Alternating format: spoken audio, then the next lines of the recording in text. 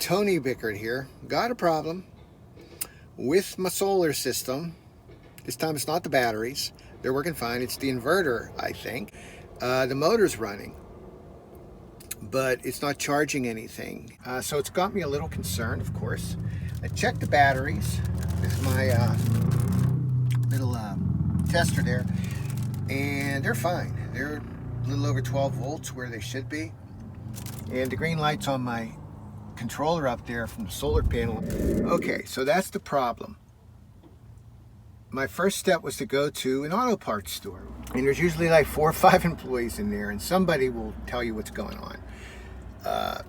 All these guys could tell me was that they don't have any inverters, and when I said, well, who do you know that might know a little bit about them and sell them, the ones I want? Well, there was an RV shop down the road. So that's where I am now. I haven't gone in yet, but I just want to bring up the speed. So, Sunbird, I think it was called, RV, they didn't have an answer because they couldn't even entertain the question. They were too busy.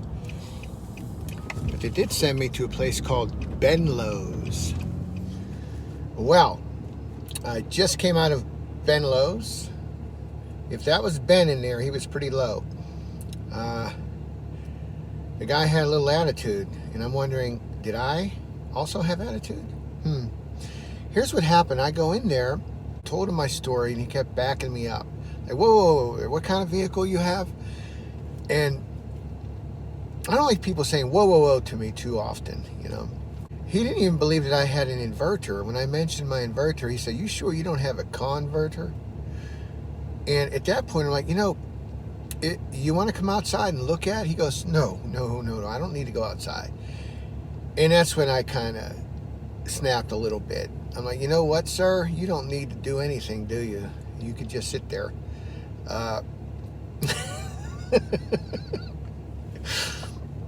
And, you know, I'm probably right about that. And that's, I want to get into a little stereotyping a little later here. But as I was challenging him, you know, I said, do you know anybody who has the patience and who cares to listen that you can recommend?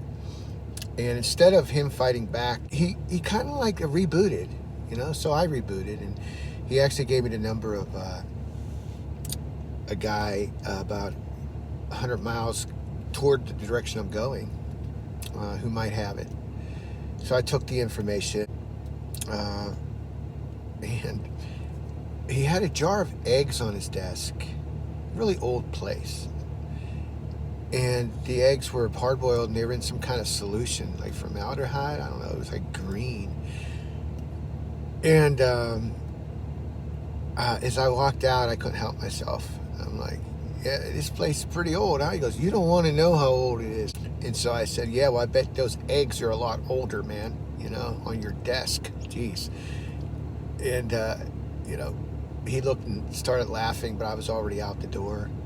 You know, the guy at Sunbird, he was very respectful, even though he didn't have time to help me.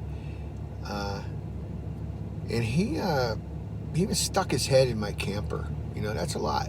I mean, he looked and said, yeah, I can do this, but I just don't have the time yet. We could switch it out if it's bad. So I just want to, I'm setting something up here, you know, this versus this. Hey everybody, I just got off the phone with Arrow Trailer, which the guy who doesn't go outside and who has rotten eggs on his desk, he was nice enough to give me the phone number. I called it, and I told the guy I might need a new inverter. And he goes, fine, yeah, we'll help you out there. We are booked up until March, so now I'm like, hold it right there. So I told him the story too. I said, now that you know what I told you, what do you think the problem is? Because I think you need a new inverter.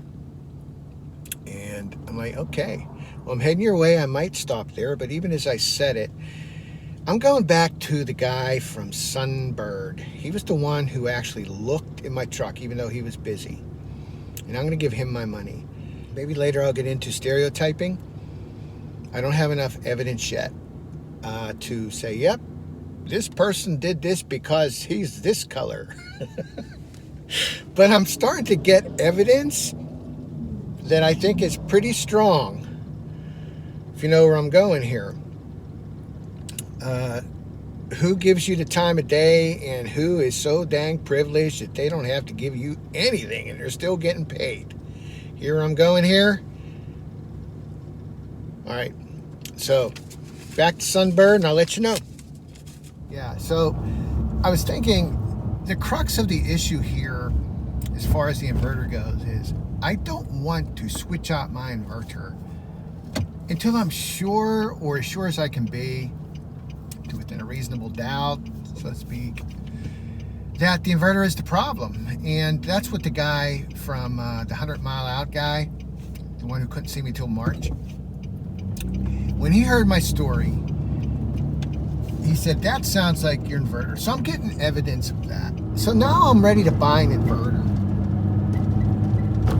I think I could put it on myself, you know, but I didn't want to risk that whole process. You know, I might screw it up.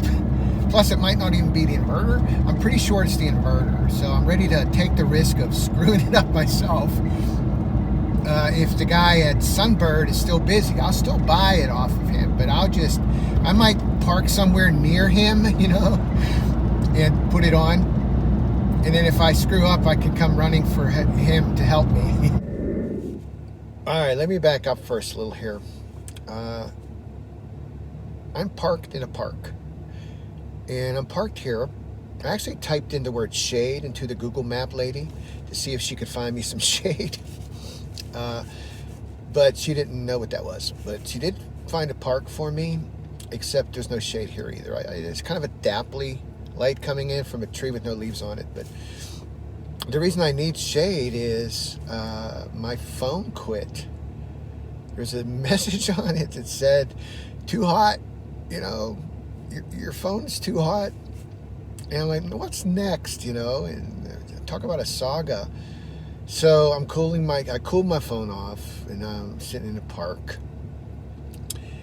And I went to Sunbird as planned, but my guy wasn't there. Another guy was there. And I'm like, where's my guy? And he said, oh, he had to go home. He had a family emergency. He won't be back till Monday. And I'm like, oh my God, I'm sorry. You know? He goes, yeah. And he didn't know anything about inverters, so he couldn't help me. And I'm like, oh man. So I'm thinking what I'm going to do, and I notice outside there's another auto parts store, so I'm like, I'll just head over there. You know, on my way out, here comes my guy carrying 2 big lunches. You know, like, no, I thought he had an emergency, you know? And he didn't know that I knew that he was supposed to be home. I don't know, you know, I didn't want to go back there and give them my money. Anyway, I got my inverter, and I got it at CarQuest.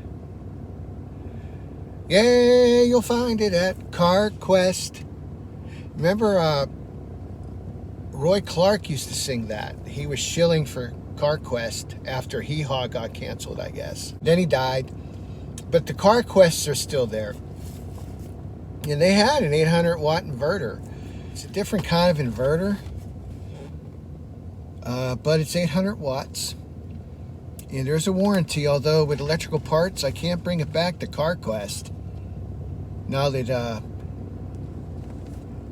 what's his name? Roy Clark's dead.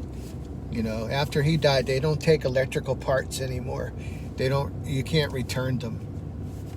Do they return them in heaven up there, Roy? Yeah, we'll return that for you in heaven. Yeah, getting a little sunstroke here. So it fits in there beside my little drawers, snug.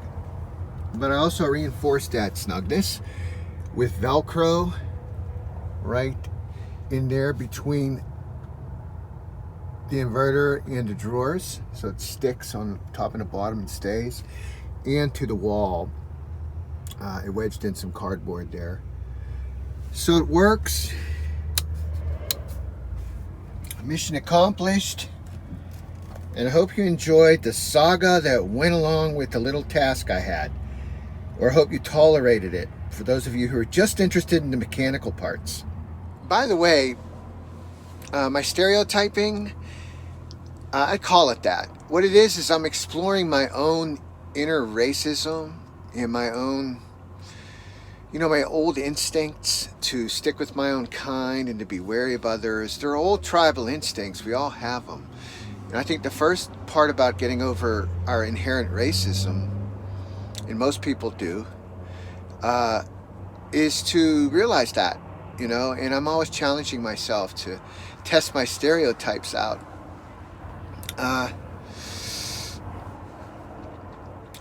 The kind of racism that I'm seeing a lot in my white friends, and I see it, and you hear it, it's called systematic racism. And a lot of folks who have it don't realize they have it because they've never gotten out of their bubbles to see that they are privileged, And I think a little education, a little travel to other cultures, and facing your fear and mix with other groups.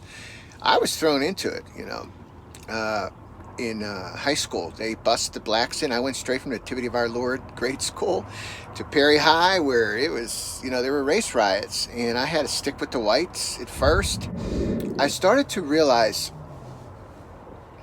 I'm going to cut this short, that the blacks had a better reason to be racist than we did. We pretty much had it much better because we were born white. And it's okay. It wasn't our fault we were born white. You don't have to feel guilty. Just got to recognize it, and I think we'll all get along better if we just looked at ourselves in our history, our ancestors, our cultures, learned about others, and just was curious. If we remain curious about the why, there's nothing scary about it, and that's what racism is. It's a fear, and if you look behind it, it's always a fear. Yeah. Anyway, I'm not gonna heat up anything. I'm gonna cool off some. What do I got around here? Animal crackers. They're good cold. All right, enough out of me.